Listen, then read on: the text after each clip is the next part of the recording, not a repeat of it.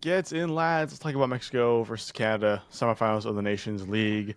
I'm just gonna throw my hands up and say I was wrong. Most of us were wrong. Our whole comment section was wrong, except for a couple people. But you know who was right? My mouth is, baby.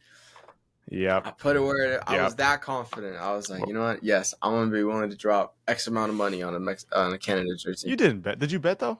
You didn't bet. No, I did not. I bet on a bunch of basketball players. Steph Curry let me down though. So naturally, why'd you have to get injured? Anyway, yeah, I know. Oh yeah, you got landed on. But Mexico 2-0. There's a lot of things to talk about that game. First of all, amazing free kick by Raul Jimenez. I mean, again. Oh yeah, and I'm not gonna say this yet. I'm gonna say it for the sake of saying it. I don't know if I fully believe it, but Raul Jimenez is carrying the fuck out of this Mexico team, man. He is doing a lot for this Mexico national team. Do they win without Raul Jimenez? I don't know.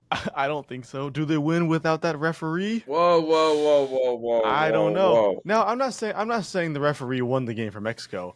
I'm saying the referee was shit overall. Yes, for the whole fucking game. He lost that game. He lost that match early. Well, after the penalty shout, he definitely lost. He lost Canada at that point, and then slowly he lost Mexico. So it was like, and Mexico, the way Mexico plays, we know. I mean, Mexico, a lot of time they spend on the floor, a lot of time they spend arguing with the referee. It's very easy to get under the referee's skin, both them and the crowd, and that's exactly what happened about 25 minutes into the game.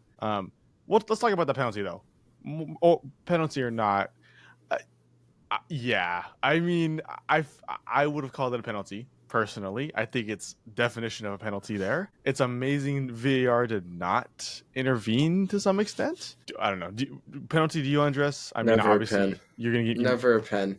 Okay. Never a pen. All right, bro. It's some of the lamest shit, bro. He taps his foot and bro goes flying like he died. Like, let's be real here. That's not effect. It's the ball's not even in play. He basically kicked it out, and it was the follow through. I know, like, I'm still not saying this in general. I'm sure several times on the pod we've had a discussion where it's like, oh, player kicks guy after either the ball gets kicked right before he's about to kick it, or he just whiffs it and ends up kicking the guy in the box. I think it's the dumbest shit ever. There's no intention there. Usually 9 times out of 10, he barely kicks the guy and he falls over. That is a prime example. Bro was on the floor for 8 bajillion hours.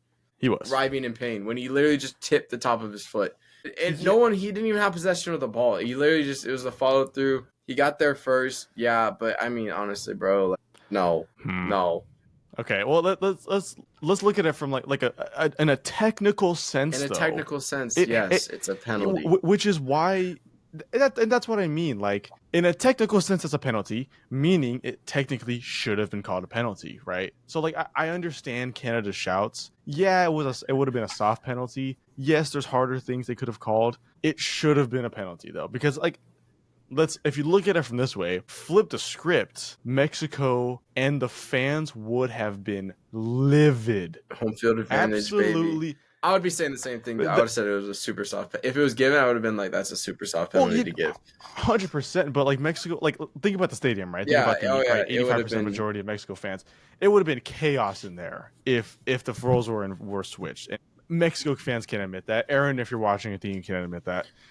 It's very obvious that would have been the case. It wasn't called, and as soon as that happened, it became a cage match. Yeah, which is why we look. Canada's gonna bring that back, but that was like 3 minutes into, maybe less than 10 minutes into the match. You had Mexico was already up 1-0. You had like 50 minutes to do something, and you did nothing. Like, actually nothing. Yeah, absolutely. I mean, that wasn't the reason they lost. No, but they're gonna frame it. It would have changed the game. Frame it like. Well, I mean, yes and no. Like, the players already Canada Twitter, I have seen a lot of people. There's a lot more to it than that. Yes, it should have been called a penalty. But to your credit, though, Canada didn't play a good game. I don't think I remember seeing a single shot where Balogun was like troubled. I'm not gonna lie. He was had an easy day. Yeah, Balogun had the ball a couple times, but nothing was, Canada should have made that, really. Canada didn't come to play. Yes, that penalty would have changed the whole game. Canada didn't come to play. Jesse Marsh has to take some credit for that. The players need to take some credit for that. It was a game where Canada should have won. Canada should have won that game. Though.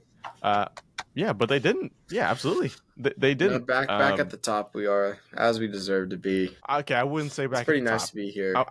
Again, I still want to say Canada's still overall number one. You know what? But what I will say though, Mexico too. See, Mexico too. I get that, and I appreciate. Hold on, I appreciate you saying that. But when you beat a team that's one, you're then number. You know what I mean? It's like King of the Hill. You beat the number one team. You're back on top of that hill. And you do so convincingly. Don't say that, because I'm just saying. No, if we lose to Panama, then you can make the argument that, damn, are we just that shit? You have never said that when USA has beat Mexico or Canada's beaten Mexico. So I don't want to hear that at all. I get it, yes, but I don't want to hear that. You know what? I'll take a tied one position, tied first. Okay. I'll take that. For the sake of moving on, I'll maintain some credibility. I'll take tied first. All right, and then there's like a no number two, and then the United States is 3. No, number two is Panama. Yeah, and then United States. Yeah, that's fair. Jamaica's just we'll go with that. They're there. They're teetering. Yeah, they're teetering. Alongside Costa Rica. Yeah, well, you know what we should do? We'll do a ranked video next recording session for next week. So we'll teaser for that, I guess. But yeah, I mean, come on, Mexico's going on to the final. Canada's not. That was not on maybe 80% of people's cards there, but you know what? Baby. Mexico had a home game. And Mexico just doesn't seem. They know how to win in Concacaf. Good for them, right? Mexico knows how to show up against everybody but the USA. Excuse me. And at this point, that's all that matters. You can't say that because we beat you guys last time we played. So okay, it was a friend in competitive competitions. Mexico's not doing nothing. We'll see what happens. We'll see what happens in the Gold Cup or later down the road. We'll see what happens. I'm just saying. No, absolutely. As of right now, though, Mexico can be better than the rest of the field, and that's all that matters. Which is, I don't know how they won that game starting Charlie fucking Rodriguez and Piojo on the right wing. I just don't know. We had Rico on the right. We had we had Rico on the right. Oh, and we had Charlie in the middle. Fuck, what a team. We had Vega on the left. Oh man, Vega had a good game. Yeah, I was actually surprised. Rico though, I don't know why he was playing, but whatever. But for those who don't know, Rico, he refers to Piojo as Rico. Yeah, Rico is his personal nickname from because he looks like Rico from Penguins of Madagascar. Yes, but honestly, performance level, we were talking in the in halftime about like how shit the play was. But if you look at it from like a defensive standpoint, Mexico had a game plan and they implemented it very well. They definitely knew what they were doing in the sense of who was picking up whose man. Because I felt like throughout the entire game, granted, I unfortunately had to stop watching it after the Raul Jimenez goal, but because I knew it was a sealer and I had to go back to practice. But I felt like everyone knew what they're doing. There wasn't any missed assignments. No one was like slacking. No one was switched off. And I think that's what, Mexico fans have been asking for, just like to play with a bit of passion, because I felt like the passion was there, especially with getting into it with Canadian players, because I felt like in past games where it's been heated, like we back off a little bit, and then this was more up in their face. So I appreciated the defensive discipline, and it looks like there was a strategy implemented by Aguirre, and the players followed through. Granted, it wasn't like the perfect lineup, but I felt like each player besides Charlie Rodriguez did exactly what they were supposed to do, and that's why we came up with a win. And I saw a lot of passion, and I'll take that, because then watching this team play for the past, what is it now? Fudge sakes, probably like 2 years, seven like years. The passion's like slowly faded from the players, and then I feel like now we're like coming back to it, which is nice to see. Granted, this could all go downhill. Everything I'm saying, if we lose to Panama on Sunday, I can look like an absolute clown. Someone's gonna clip that. It's gonna look horrible. But I like the direction we're going. I'm not gonna get overhyped because we still got a job to do on Sunday. But I feel it's taking a step in the right direction. It's better than a lot of Concacaf teams right now in terms of being prepared for the World Cup. So I'd rather be able to beat Concacaf teams now than panicking like certain teams are. No, I'm not going to name any names, but y'all know who it is. But yeah, I'm happy with it. I'm very happy. I'm hoping to see Chino left. And honestly, what a gamble to put Santi and Raul. That was not in any. I don't think anyone's bingo cards. Everyone thought it was just Raul starting.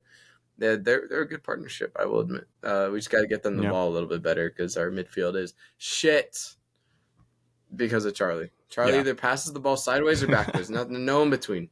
Yep. And it's very frustrating to watch, because I felt like if we have just a decent midfielder who's willing to make a few balls, make a few passes, then I think we can really do something with the attack from the defense to the attack. The defense was really good. I'm not a big fan of having Edson at center back, but I think that was just kind of like the game needed it. So circumstance. Yeah, so it was fine. Did a good job. Besides, the possible penalty, the alleged penalty that could have been called. The alleged tapes. But he had a great game. Goal line saving clearance before the Raul Jimenez free kick. So I mean, he's class as a machine. Yeah, I mean, Mexico had a good game. I mean, but I will say this though, Mexico fans, this doesn't redeem everything yet, right? And I think Mexico fans tend to use one good result to bypass a trillion bad results, right? Like, we're on the up from the last international window. And I know this because I dress as my co-host. I talk to him on a weekly basis. But that was the semifinals. Let's remember that. And don't get me wrong, great win. No credit away from that. This was a semifinal win. Still the final play against a Panama team that is going to be playing pretty hard. Now, yes, Mexico are the better team on paper, but Panama have time and time again proved that they can be involved in these big games against these big opponents in CONCACAF. So I don't want to, exaggerate it too much. Mexico still have a lot to prove. A Nations League win would be amazing, would be fantastic. You still got a lot to prove ahead of the 2026 World Cup, right? I mean, we'll see. I also want to put a lot of effort towards those the Turkey-Switzerland friendlies in June. Huge. Those are going to be, for me, the real tests, to an extent, of what Mexico looks like ahead of the World Cup. Canada was great. Canada are still finding their feet, though. They're a newly resurged side. I still need to see Mexico against a lot of different opponents. So we'll see. Would I have liked to see them against the USA instead? Absolutely. I think it would have made a much better determinant for how both teams are currently right now. But playing Panama is still very good. And if they lose to Panama, I think losing to Panama will be more telling than winning against Canada in this tournament, in this context. So negative as of right now. No, I'm not. I'm realistic. I would be saying the same for the USA. I'd be saying the same for the USA. A win against Canada for the USA would be less than a loss against Panama. But I was gonna say, it's heavily focused on Mexico because they won and it's a final. But also, I think the third place match is kind of important a little bit. I know there's probably gonna be some rotation, but US Canada. I don't know if you talked about it in your reaction to the Panama USA game, but I think it's a big game. Nonetheless, for the Concacaf to see where these two teams are at, facing quality opponents, the U.S. coming off another defeat to Panama, and probably morale's a little low. I'm gonna take a gander, probably a little bit shocked. I was willing to bet. Canada morale's probably a little bit low, but at the same time, they're like, okay, we got unlucky. You could throw that game away and be like, oh, we got a little unlucky. Maybe it's not our day. And now it's time for these teams to show up on Sunday before the final and be like, okay, we're here to play and we're going to make a statement saying that was a fluke type thing. It's not going to happen. Yeah. So that game's also going to be good to watch. So if you are going to the final, it is the doubleheader. So make sure you do show up for that 3:00 kickoff because I think that game's going to be pretty good. Attaboy, yeah. Get all 20 of those fans in that stadium for that game. Oh, yeah. There'll be more Canadians than me. Oh, yeah. Yeah, very obviously. I will say those for the Mexico-Canada game, obviously great crowd. Any game in Southern California is going to be a Mexico home game, without a doubt. And that's why they play there, because that's how they make their money, CONCACAF. Way more fans than the USA fans, which is pretty ironic. And Mexico, I mean, regardless, good or bad, Mexico fans show up, right? Mexico fans have this very optimistic view of Mexico very consistently. And it takes a lot to bring them down. And, they showed up, and it was really one of the biggest results for Mexico in the past couple of years. So, shout out if you were at that game. Or even if you watch, shout out to you guys because that was pretty good. Pretty good. Now Mexico-Panama again. We'll talk about this tomorrow, but that's going to be a good game to watch on Sunday after the USA-Canada game. Yeah. Dubs.